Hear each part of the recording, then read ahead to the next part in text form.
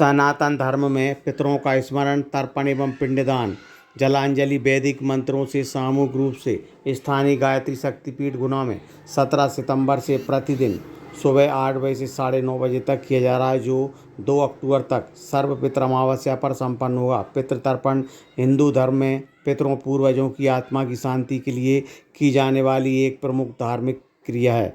यह पितृपक्ष में किया जाता है, जो भाद्रपद मास की पूर्णिमा से शुरू होकर आश्विन अमावस्या तक चलता है। इस दौरान व्यक्ति अपने पितरों को जल अर्पित करता है, उन्हें आभार प्रकट करता है और उनकी आत्मा की मुक्ति की कामना करता है। पितृतर्पण विशेष रूप से श्राद्ध, जलांजलि और पिंडदान के रूप में किया जाता है, जिसमें जल और तिल का दान महत्वपूर्ण होता है। माना जाता है कि इस क्रिया से पूर्वजों की आत्मा को शांति मिलती है और वे प्रसन्न होकर परिवार को आशीर्वाद देते हैं। वेदों और पुराणों में इसका उल्लेख करते हुए कहा गया है, अनेक तीर्थ स्थल जैसे गया, हरिद्वार और वाराणसी में श्रद्धालु पितृतर्पण करने पहुंचते हैं। इस धार्मिक अनुष्ठान से व्यक्ति अपने पितरों की कृपा प्राप्त करता है और परिवार में सुख समृद्धि बनी रहती है। गायत्री शक्तिपीठ पर प्रतिवर्ष पितरों को श्रद्धा दें, वो शक्ति देंगे। प्रतिदिन सुबह 8 बजे से 9:30 बजे तक तर्पण पिंडदान का क्रम चलता है। पितरों को श्रद्धा देने के लिए 80 से 100 के करीब व्यक्ति यहाँ प्रतिदिन उपस्थित होते हैं। वैदिक मंत्रों के साथ यह प्रक्रिया की जाती है। कहते हैं कि गया में जाकर के यदि अपने लिए पितरों को तर्पण करते हैं तो वो मुक्ति को प्राप्त होते हैं, या शांति कुंज हरिद्वार में गुरु जी की तपस्या के कारण वह करते हैं। और उसी तपस्या के कारण यदि किसी भी शक्तिपीठ पर यह कर्म किया जाता है तो पितरों का उद्धार होता है।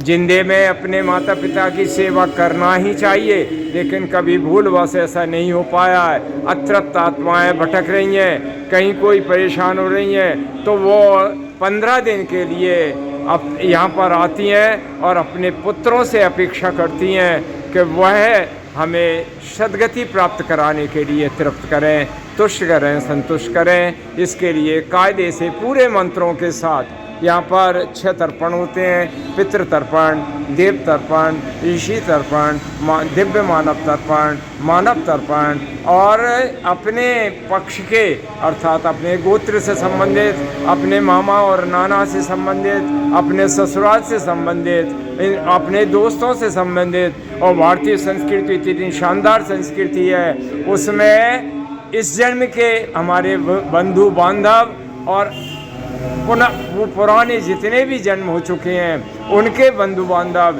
यदि अतृप्त हैं तो उन्हें तृप्त करने के लिए भारतीय संस्कृति की परंपरा तर्पण और पिंडदान निःशुल्क रूप से गायत्री शक्तिपीठ पर कराया जा रहा है। शुरू हुआ, कब समापन हुआ?